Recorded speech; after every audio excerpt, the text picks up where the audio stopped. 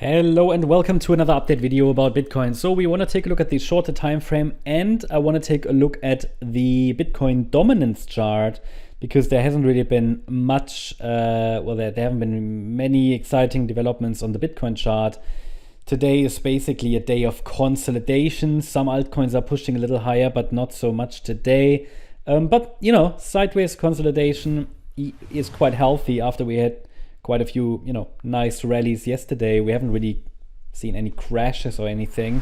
Some deeper pullbacks for sure, but after significant rallies. So overall, the market is going up. Let me know in the comments if you want me to take a look at the total market cap charts in the next video. That would be interesting. But in this video, we want to take a look at Bitcoin dominance. So first of all, looking at the Bitcoin smaller time frame chart structure, still quite possible that this is setting up for either a larger B wave. Before we go down further, 1 second.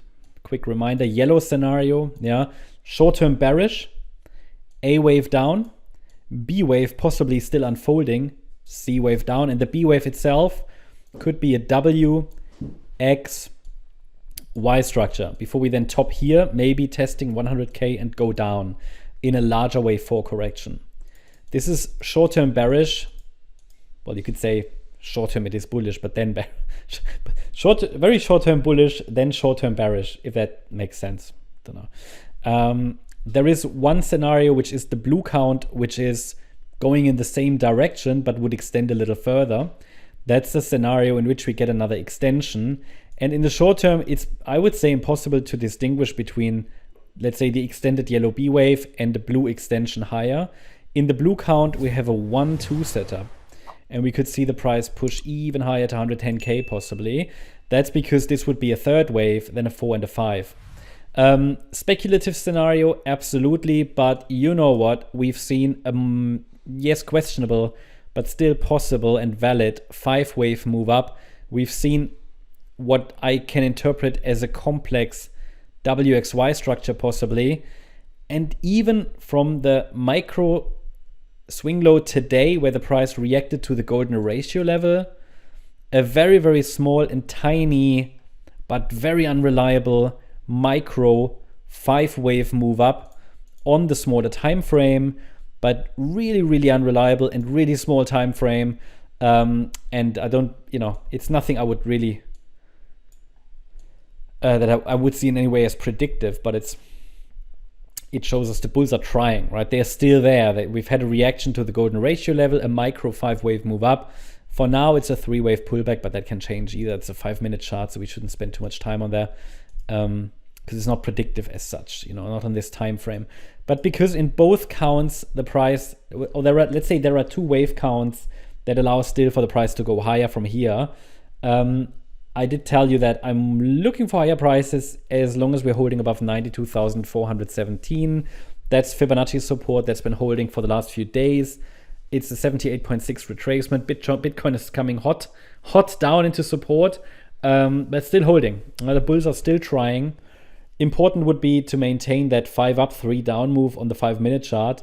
It would be important to hold above 93,730 now, but we'll see if it holds. If not, then the price can still hold support at 92,417. We want to avoid a sustained break below it, okay? A sustained break. It's support, it's not an invalidation point. So the blue 1-2 setup will be invalidated below the 26th of November low at 650. But overall, there isn't much really to talk about here. Nothing new, just sideways consolidation. So overall not very exciting, right? Altcoins are more exciting at the moment. So I told you we're going to take a look at the Bitcoin dominance chart in this video. Surely there will be more exciting times again for Bitcoin, but for now it's Bitcoin holding support, keeps the altcoins afloat, you could say, above water. So Bitcoin broke micro support. So I told you in the last update, or Bitcoin dominance, I told you in the last updates, if we get a break below this trend line, break below support, below 56.4%, it's not a sustained break yet, but I would start to assume that we've actually topped. I would start to assume that we've actually topped. The price is high enough. We've had extensions. We even broke above this price channel, which often happens in these ending diagonals. So we can call that a so-called throw over. That sometimes happens when we're in an ending diagonal.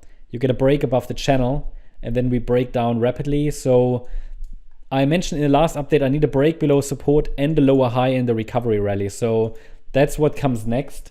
We need to pay attention to how now a recovery rally occurs, because if it stays, as long as we stay below that high, that could be a significant top.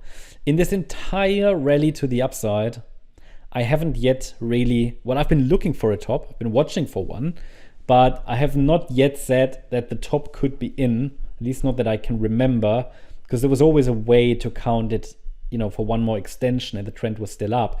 But this is now a decent pullback, which has broken not only micro support, we haven't had that before, but we now also have a break below the trend line. So, I might be wrong, maybe it's a bit too early, but at some point we just have to say, look, the top is likely in. So we'll see if this now continues to turn to the downside.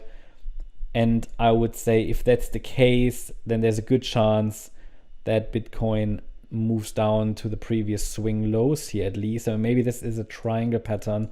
I was exploring the idea of a triangle A, B, C. This could be the D wave of a triangle. Maybe this is an E wave before we go higher, right? Alternatively, any break below those 2022 lows would indicate it's actually something more bearish. Well, Bitcoin dominance bearish.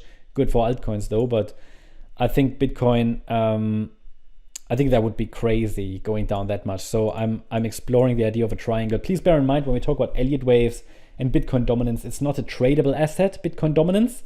So it only allows us to identify tendency. So I wouldn't really use it to try to predict much, but what we can identify is a possible flat correction where the C wave was very extended and we're in resistance. And so this is the area overall on the macro level where we expect a top.